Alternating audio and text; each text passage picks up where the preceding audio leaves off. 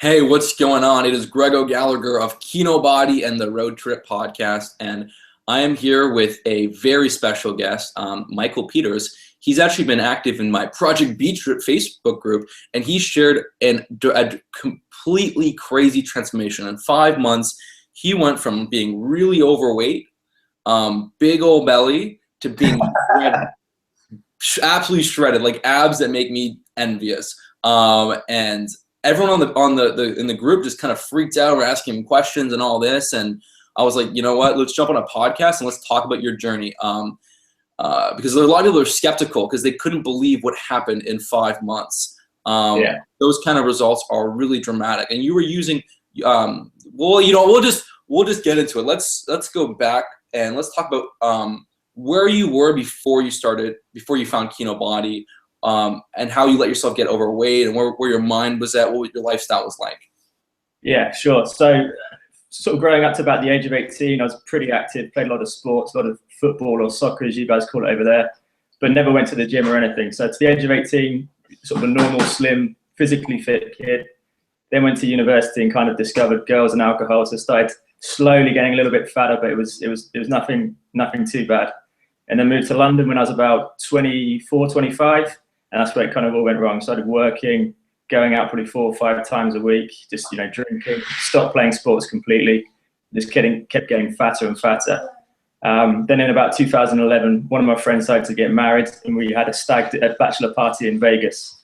So I joined the gym for the first time in my life, had no idea what I was doing. So just doing the standard thing of doing some cardio and then doing some bicep curls because I thought that's all I needed to do. So I had no results, went to Vegas, sort of probably about 160, 168 pounds, something like that.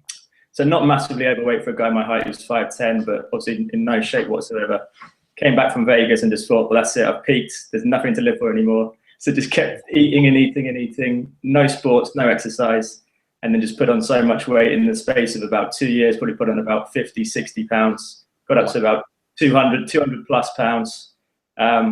This is towards the end of 2013, went on holiday with my girlfriend and obviously tops off around the pool and just felt pretty uncomfortable, pretty disgusting. Had a look around at everybody and they're, sort of 50-year-old men, but they had the same size belly as me. So I kind of thought, well, in 20 years time, if I'm as fat as them now, I'm going to probably be dead. If not, I'm going to be like a world record breaker. I'm going to be, the fattest man alive. So came back end of 2013 and just thought I've got to do something. Didn't really know what to do. So just sort of did the standard stuff of crash diets, tried doing low carb. Still didn't join a gym. And obviously, just sort of spun my wheels for a bit. And then over sort of Christmas and New Year, sort of 2014, decided that I'd actually do some research, kind of looked into how to, This is Christmas 2014. Yeah, Christmas 2014. So this... Sorry, Christmas 2013. So start of 20... The new year 2014. 2014, sorry, yeah. No, even still, that's very recent. That's... Yeah. Well, not even. Over Christmas 2013, New Year 2014, so I did a load of research, decided that I was really going to kickstart it. So in January 2014, that's when I'd start. Again, didn't really know what to do. I knew that I had to lose weight by diet more than exercise. So I tried to do sort of 3 meals a day, cutting out all the crap in between, all the snacks and stuff like that. Lost a bit of weight, but it just didn't work for me because there's too big a gap in between mealtime. So, I'd still be hungry and just be miserable, really. Started sort of messing around with my exercise a bit, sort of did some sprints, brought a sledgehammer at one point. I was just working out at home with that. But again, this, it's not really going to be sustainable. So then started Googling and taking it really seriously. Came across a few different sites like Mike Matthews, Muscle for Life, as you know. That's a very good site. And I think the way I came across Kinobody was just sort of Googling pictures of 6-pack abs just to try and motivate myself. Wow. And I'm not going to give you a big head and blow smoke up your ass, but I saw your body and I was like, yeah, that's pretty good. I'll take that. No way. Okay. Even though I was still massively overweight, I still kind of had forward-looking goals of what I wanted to do. I didn't want to just lose weight. I wanted to really turn it around. So my diet up until that point, as I put on the Facebook group, was pretty horrendous. Every day would be sort of laden with chocolates. There'd be Coke, there'd be crisps, there'd be dessert. It would just be a terrible diet. Starting in the morning, I'd even have like a chocolate muffin for breakfast. And if you're having chocolate for breakfast, you're in a bit of trouble. So kind of just the stresses of work and just, I mean, I'm 32 at the time, you know, sort of late 20s, 30, when my eating really took off in a bad way. And it's just one of these things, you kind of fall into a habit. And if you're having all that junk every day, you kind of get addicted to it, and you kind of need it more and more. So, and the fatter you get, the more self-conscious you feel, and then the more kind of you turn to eating to kind of comfort yourself. So it's a lot of comfort eating, very stressful job. And that's kind of where I was. And I just decided enough was enough. Did a lot of research, figured out what was the best way to do it, and sort of stumbled across your sites, a couple of other sites, and decided that's it, I'm going to do it today, and just started. And it took me about 5 months. I went back and found my workout logs and my weighing logs and stuff. And it took me about 5 months to lose best part of 50 pounds, and never looked back really. Just been maintaining ever since. Starting lean bulk now, so yeah, hopefully just going to get bigger and better. Right. Okay. Well, let's start to focus on this 50 pounds thing. So, yeah, you let yourself go for a few years, you put on 50 pounds, you got that belly, you look like people that were 20 plus years older than you, and you're like, enough is enough. And then you did some research, you found Kinobody. And so one of the most powerful things that you were doing was the intermittent fasting that I talk about a lot. What was your first initial experience when I was like talking about intermittent fasting as a tool to get lean? Like, were you caught off guard, or you kind of like, because I know a lot of people are like, what? Skip breakfast? That sounds bad. Yeah, I mean, I'd never heard of it. I'll be honest, I've never heard of it. I mean, I've heard that people kind of do sort of crazy fasts for religious reasons and stuff like that. You know, they go a long time without eating, but I'd never heard of it for sort of weight loss. To me, if someone said, I'm going to do some fasting, that just sounds like starving. So starving yourself. So it was just one of these things that I had no preconception about, which in a way kind of helped me, because I'd never heard of it. So it's not like I had an ingrained belief that this is wrong or whatever. Mm-hmm. I, like most people, I've kind of grown up with the belief that breakfast is the most important meal, but I mean, we all know it really isn't. It's just a fad from Kellogg's and other cereal companies. They need to buy their products. And although I ate breakfast every day before, and like I said, it was generally a chocolate muffin or a bacon sandwich or something unhealthy, I was never really hungry in the mornings anyway. I was just kind of eating just for the sake of eating. So when I came across it, it kind of fitted instantly with me. I was like, well, I'm not going to be starving. I don't really eat much in the mornings anyway. I don't feel like eating much in the mornings anyway. So I just thought I'll give it a try. And I think, obviously, you know, working out is a massive part of getting in shape, but the diet's the most important thing, as anyone will tell you. So for me, as soon as I found something that allowed me to be in a deficit every day, made it quite easy, that was it. I knew there's no stopping it, really. Right. And it's cool how intermittent fasting tends to like diminish a lot of food cravings.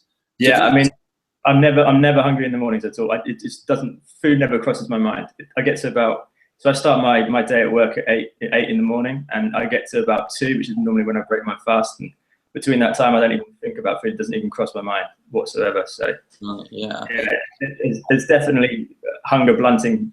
I don't know if it's a placebo effect or whether it's scientifically proven, but I mean, for me, I just don't even think about food. It has no effect whatsoever. So. Right, because a lot of the time we eat is just out of habit. When you break that attachment and fast, absolutely, it's a lot of that. And it's interesting with someone. My experience with someone is basically eating very unhealthy. They're eating ice cream, and and by unhealthy, I just mean in excess. Like chocolate muffins for breakfast, ice cream, all this Coke, and all this crap, and tons of sugar all day. I find that when they do intermittent fasting, before, if they're eating like every 3 hours or multiple times a day, they would have a hard time cutting out that. But once they break that attachment from food with fasting, give their body a chance to actually go into the fat stores for fuel, then all those cravings tend to dial down a lot. And they don't need to drink the Coke and and eat all that crap all day.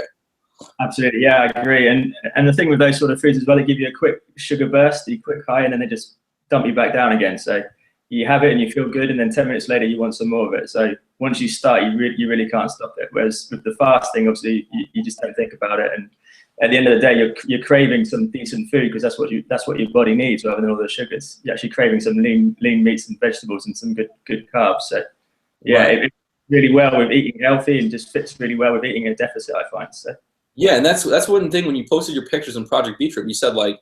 You're posting your pictures like, and you said basically like, thank you, Greg Gallagher, like the intermittent fasting and like learning the keto fat loss, just eating at a deficit was really just allowed me to change my physique completely. Yeah. And so what was your calorie, like how many calories were you taking in during the course?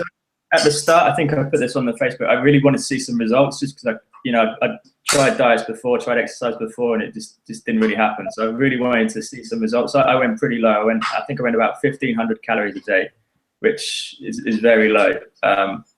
But I did that at the start just to see some results, and I lost a couple of pounds, 3 pounds in the first week or so for a couple of weeks, and then just up my calories just to a more sustainable deficit, something that I could do long term, which I did. So it was maybe a little bit reckless at the start, but it was kind of just a psychological trick to motivate myself. Really, I knew I wasn't going to do that long term. So right, yeah, actually, I'm not against really low calorie diets when someone's really overweight, because when someone is really overweight, they have all this body fat. They can actually handle a really big deficit because there's so much fat availability. When you're 8% body fat, like if you try to do 1,500 calories now, you'd probably starve. It'd be really tough.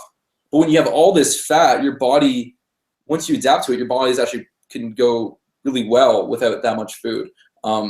And that's just why we store body fat in the first place. It's like stored energy for later in the event of a famine or starvation. So if someone can tolerate 1,500 calories in the beginning of a cut, I'll say do it. I mean, people like to ask, like, oh, how many calories? Like, is this enough calories? Am I going too low? And I think, like, my main question is, like, well, are you satisfied? Are you satisfied with your diet? Are you satisfied at 1,500 calories? If so, great. Is your strength going down? It's not? Okay, great. Keep going. And then if you start to feel like you're getting burnt out, then bring up the calories. And so that sounds like what you did.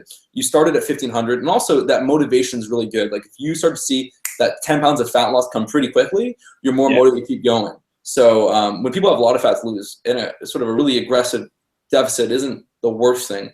And then as you started to get that motivation, then maybe you started to realize, okay, I can actually eat more food. Then you brought it up to, like, what did you go up a couple hundred calories or? I mean, I kind of creeped it up a little bit, which helped as well. I kind of put up, I don't know, like 100 a week, 100 a day for, each week up by 100 a day, just to get to a level where I thought I was still losing weight, but, I wasn't doing anything reckless or anything, which actually kind of helped in a weird way, because every week I was kind of eating more food than I was the week before, which is kind of like a reverse diet, as it's called, but it's psychologically, it was easier to cover because I'm eating more food than I was eating the last week just gone. So, it's easier.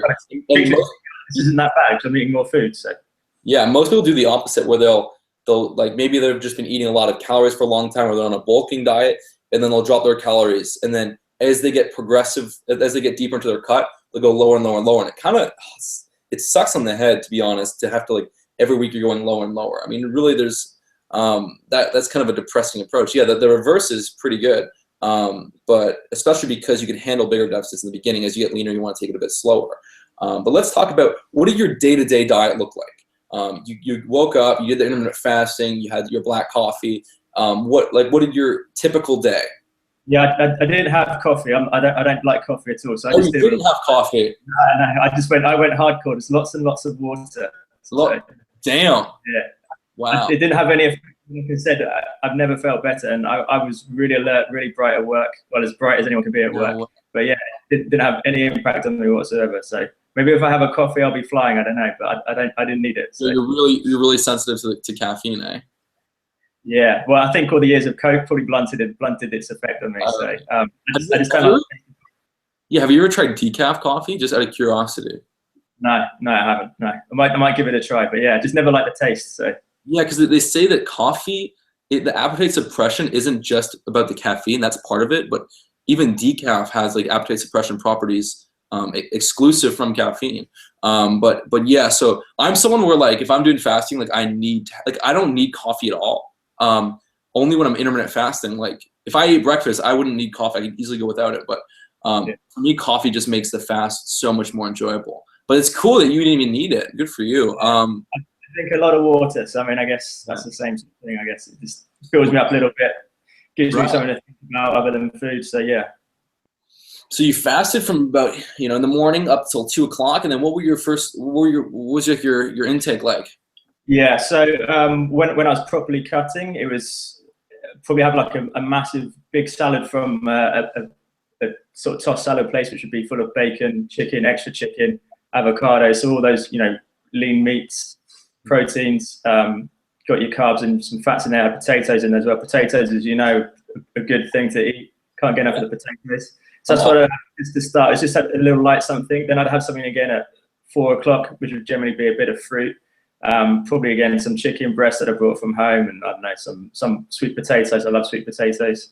Then I come home, work out, have a protein shake, and then just have a massive dinner, which is again just lean meats. Generally trying to eat quite healthy. Tonight we're having some burgers with some sweet potatoes again, and some avocado. So again, it's just all your macros all in there, all in one plate. Like to eat as healthy as possible. And then for dessert, it'll probably be something like Greek yogurt and some fruit mixed in there. So dude, I eat sort of about 4 meals, but 2 of them are kind of sort of smallish. But it's just the way I like to break it up. So yeah, no, for people listening, this is what you were eating while you dropped 50 pounds in about 5 months.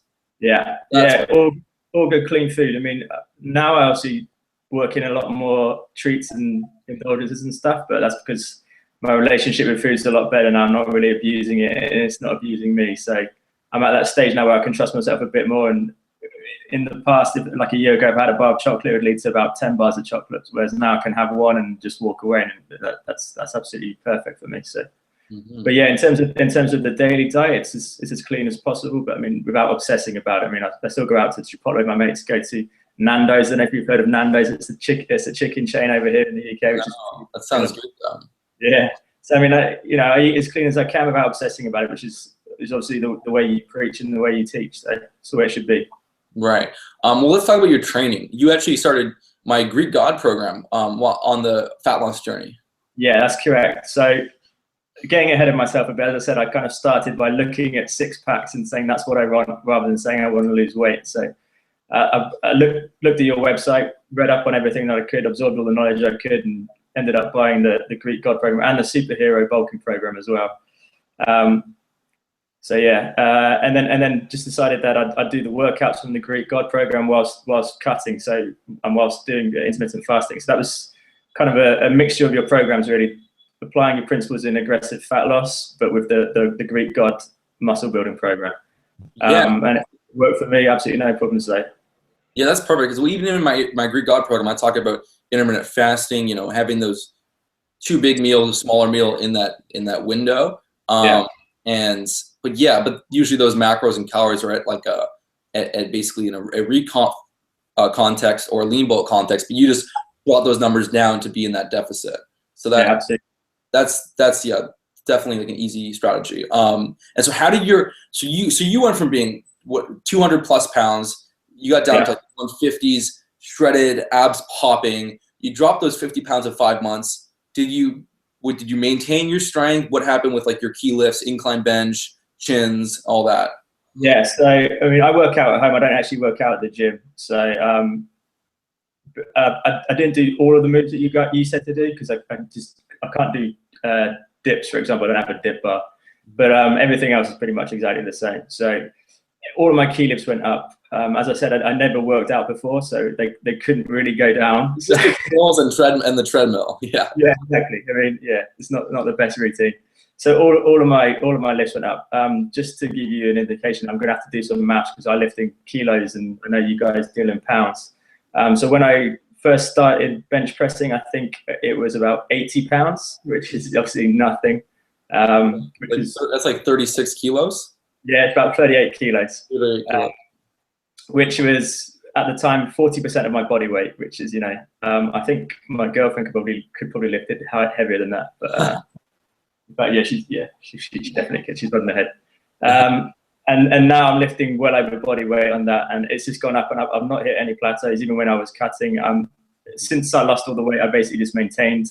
I was happy to maintain. I didn't really go into a bulk straight away. I just was happy to maintain. I had a lot of social events going on, so I was kind of just happy, just enjoying myself, not really pushing myself with it, trying to bulk up or anything. So just maintained. I've never had any plateaus, and every week I'm adding weight to the bar, even now. So as I say, I'm gonna all that sort of social stuff's kind of behind me now. I've got a kind of free summer for a couple of months. I'm going to really start bulking up, pay more attention to actually eating at a surplus, which sounds weird saying that, and then try really bulk up and come back on the show in a couple of months with even bigger muscles. So. Yeah, that's right. That's the plan. Cool. Well, actually, I actually like this summer to focus on putting on muscle. Like, for example, you're really cut and lean right now. So it works to do a muscle building phase over the summer, because then you can kind of get a bit of that shrink wrap effect where your skin starts to tighten up around your muscles.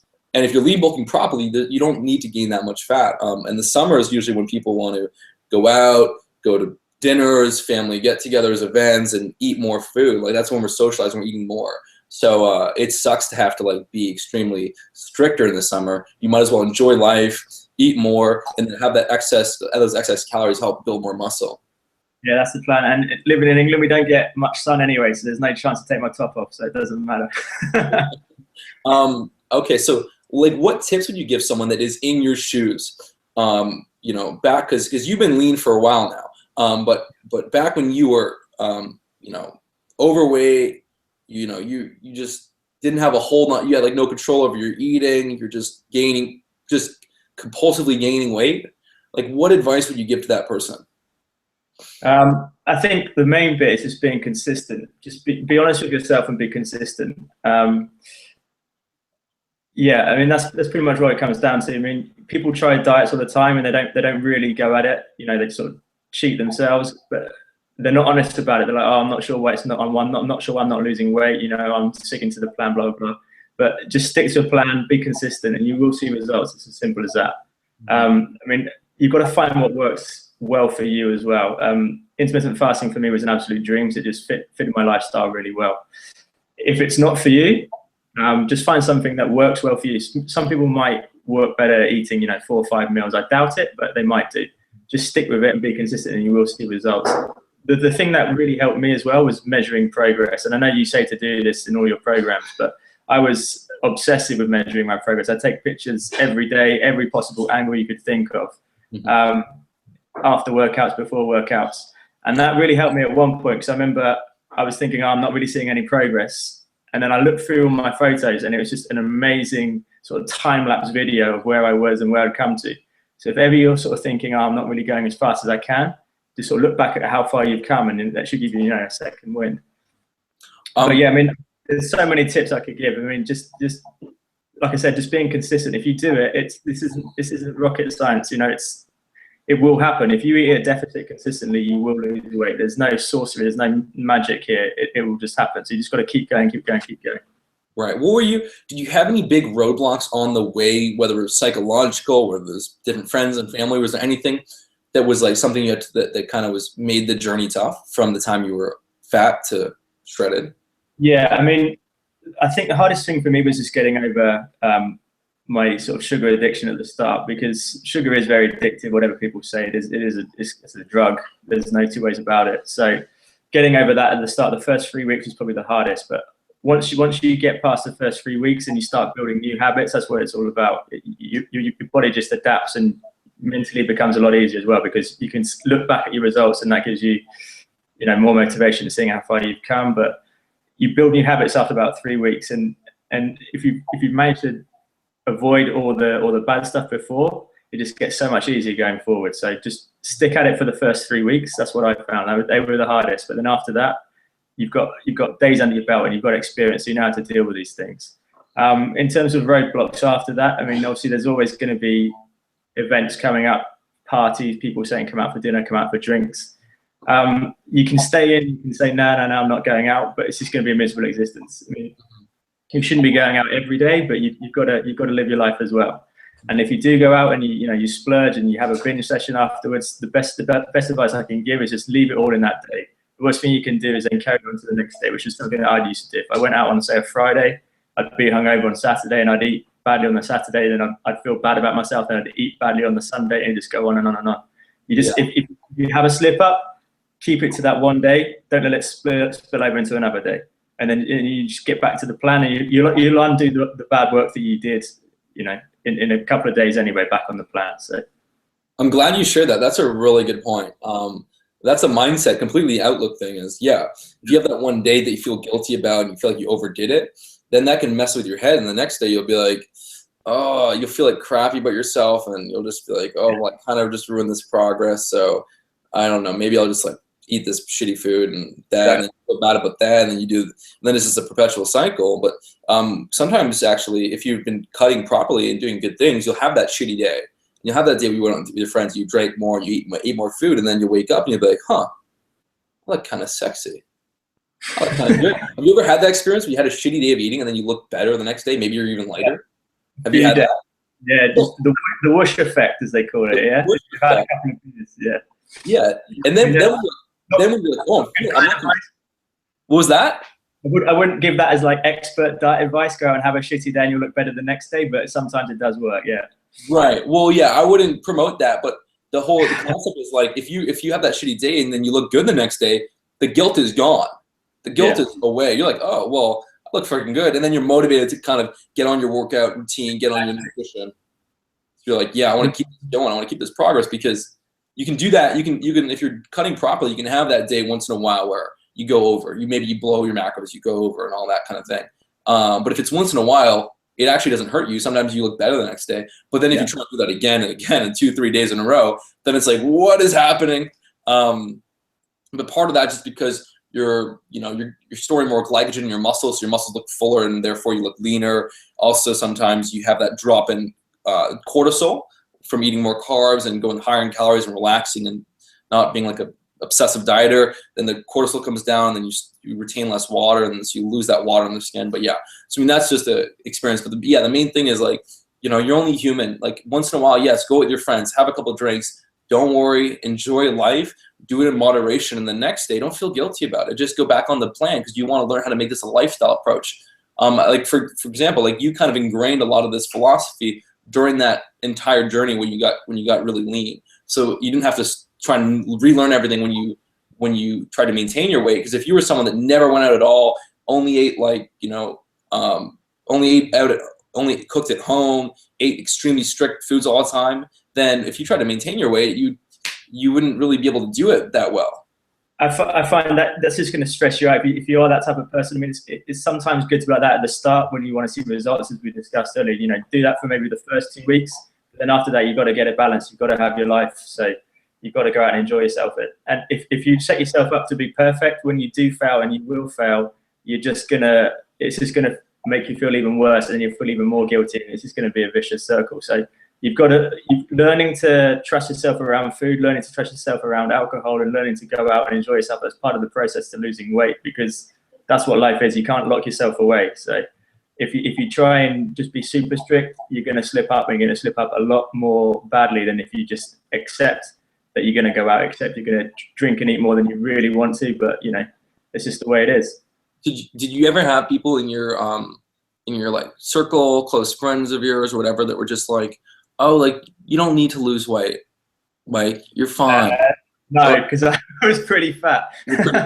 Well, like, let's say when you got to like the 160s or 170s. Yeah, like, I mean, was there anyone being like, oh, like you're getting too lean, or you don't have to get that lean, like why are you? Yeah. Does that ever happen? Because I know some people emailed me about that, and it frustrates them. And I don't think it's a big deal at all. I'm like, dude, they're just affirming the fact that you're getting shredded. But what was your experience with that? I mean, firstly, it was my mum. Obviously, she was a bit worried. She said, you've gone too far now. You need to eat some food, which is a typical mum sort of thing to do. He wants to look after a little prince. Mm-hmm. But yeah, so a couple of friends did, and they're like, you look really anorexic now. But it's just one of these things that it's not really jealousy, but it kind of is in a way, because if it was coming from a guy that was, say, as lean as I am, they wouldn't say that in the first place, because they'd understand.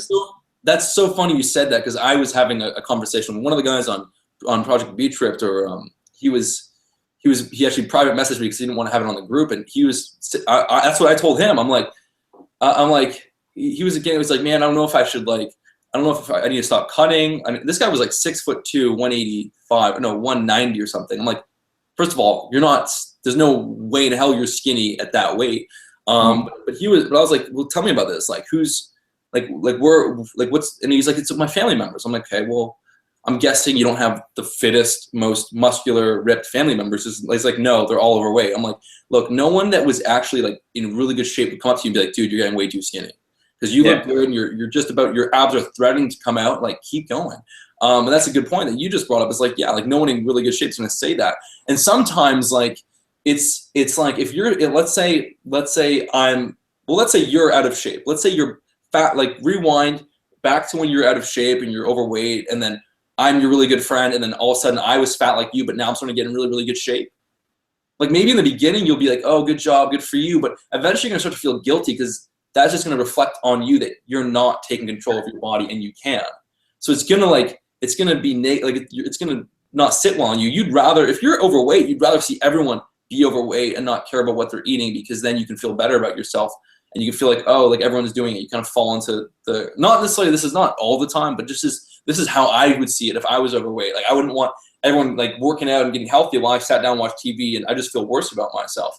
So it's kind of like a reflection on them. Misery likes company, doesn't it? So right. They want to see you do well, but they only want to see you do well up to a point. That's what it is. That's how friends work, isn't it? Right, but it could also be the opposite. They could also see you getting great results, like, hey, Mike did it, that means I can do it. And so either there's like two reactions. Either they'll be motivated for you because then they'll feel like they can do it and they want to join you on that group, or they'll resent you for it. That's it. It's a reflection of where they are at the end of the day. I mean, if you're happy with how you look, then good for you, good for them. You know, they can do whatever they want. They can say whatever they want. But yeah, you're absolutely right. If it motivates them, then that's fantastic. If it doesn't, then you know they can only help themselves really. So you just need to ignore them and just carry on doing what you're doing. Right. Well, so let's, before we wrap up, I guess one more question is like, why did you? So you were doing my Greek God program, the 3 days a week of strength training, the reverse pyramid training, getting stronger on those key lifts. Why did you why did you want to do that program? Because there's so many different workout programs out there. There's thousands upon thousands. What made you fall into the Greek God program? So as I said earlier, I mean, Google image some search of bodies that I kind of wanted to attain, and yours popped up, and I was like, yeah, this is kind of what I want to see and what I want to look like.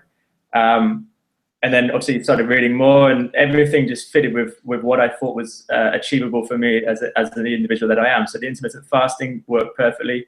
Only lifting 3 times a week worked perfectly with my lifestyle. I mean, I work. I don't have time to go to the gym every day. I don't want to go to the gym every day. It's kind of the less is more approach that it just really appealed to me. Right.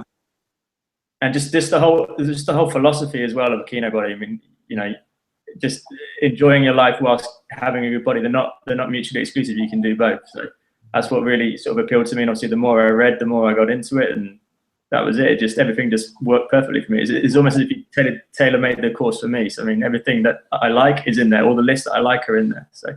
And you know what else I think? I like, as a little bit of a hypothesis, I feel like the fact that you're so progress oriented and you like to take all these pictures, track progress, probably is what really kept you motivated on the Greek God program, because you always saw those lifts coming up.